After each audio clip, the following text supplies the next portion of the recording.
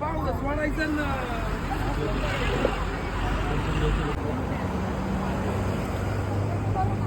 मला दिंडी आपली दिसली, असं वाटलं की या वारकऱ्यांचं दर्शन घ्यावं, दर्शन घेऊनच पुढे जावं, त्या उद्देशाने मी इथं थांबलो होतो. आपण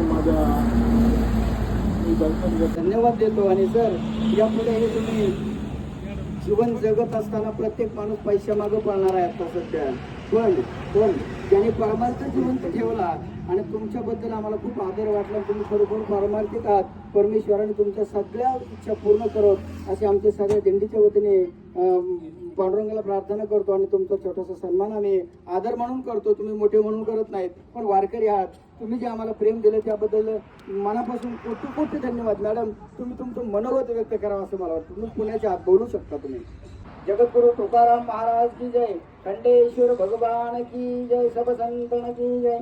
धन्यवाद साहेब.